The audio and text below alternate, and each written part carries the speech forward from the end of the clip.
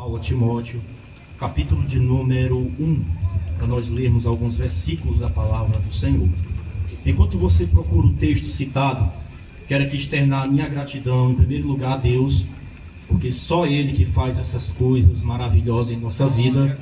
Agradecer também a minha esposa que me acompanha, e carinhosamente eu chamo ela de meu chuchu. E agradecer também o Mano José, que eu acostumei chamar ele só de Mano, e que nos fez o convite para na noite desse dia nós estarmos aqui com vocês. Agradecer também ao pastor da área, o pastor Ronaldo, pela confiança, e todo o corpo de obreiro que aqui se encontra presente. Agradecer também a presença do meu amigo cabeludo ali, o Pablo, que foi um irmão que meu pai e minha mãe não me deu. Eu me lembro quando eu aceitei a Jesus, depois eu vi esse caboclo que ainda tinha cabelo.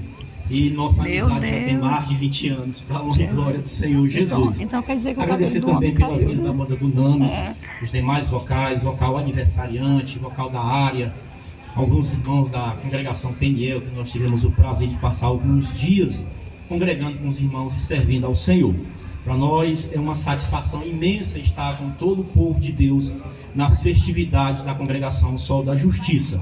Leiamos então a palavra do Senhor, que se encontra na carta de Paulo a Timóteo, capítulo 1, segunda epístola, por favor, capítulo 1. Vamos começar do versículo de número 3 em diante, que diz: Dou graças a Deus, a quem desde os meus antepassados sirvo com uma consciência pura, porque sem cessar faço memória de ti nas minhas orações, noite e dia, desejando muito ver-te, lembrando-me das tuas lágrimas, para me encher de gozo, trazendo à memória a fé não fingida que em ti há, a qual habitou primeiramente em tua avó Lóide e em tua mãe Eunice, e estou certo de que também habita em ti.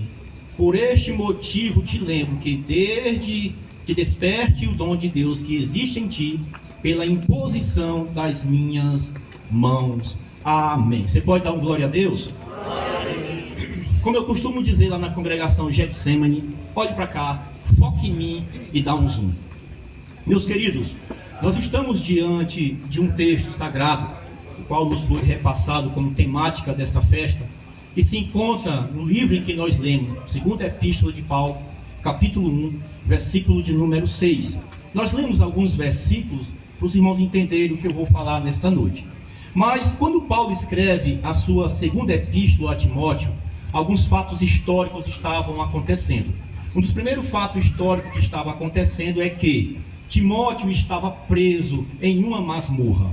Quando a gente lê o livro de Atos, no capítulo de número 28, do versículo 16, quando Paulo desembarca em Roma, e ali ele é colocado aos cuidados de um centurião romano, e o centurião romano pega os presos e leva para a prisão. Mas Paulo, ele tratou diferente.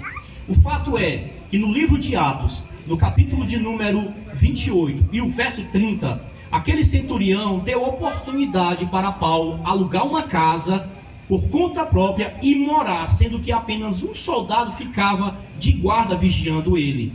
E ali ele permaneceu por 2 anos sendo mantido preso na cidade de Roma.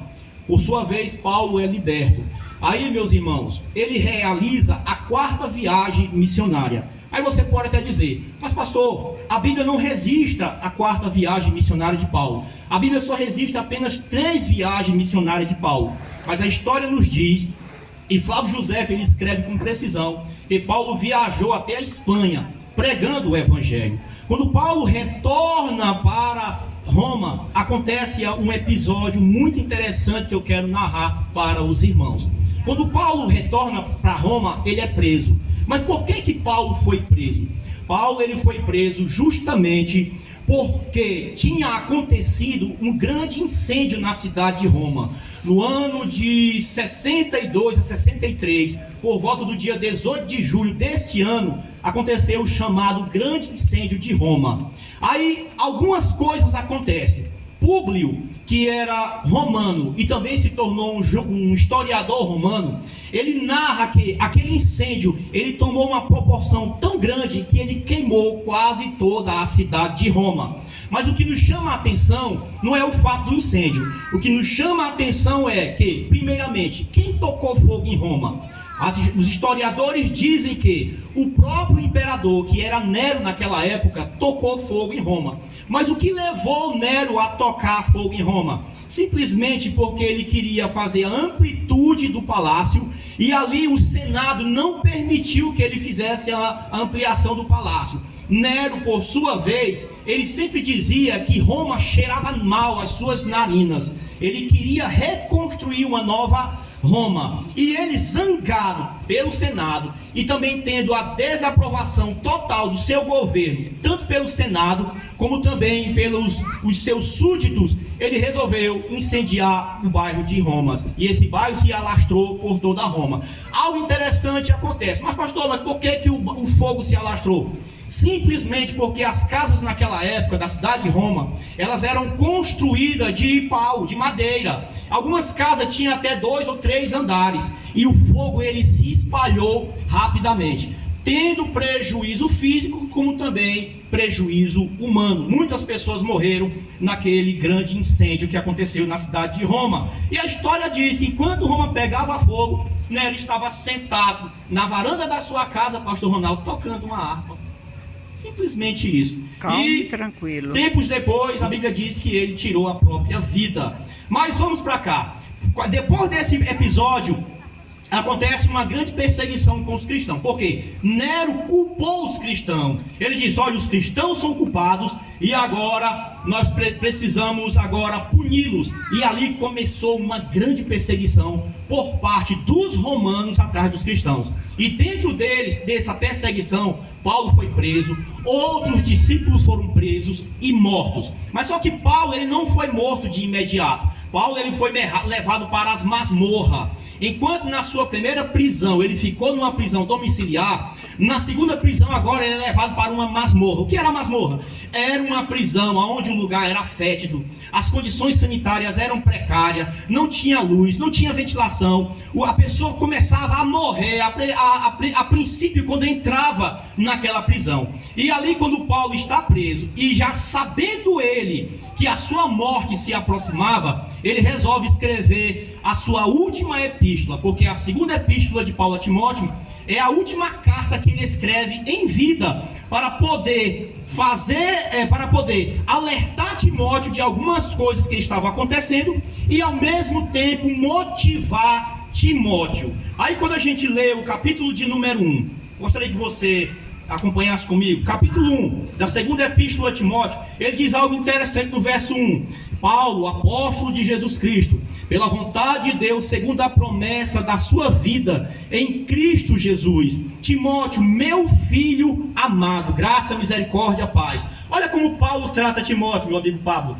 Ele trata Timóteo com carinho, como seu verdadeiro filho. Mas aqui eu preciso dizer que ele não era um filho genético de Paulo.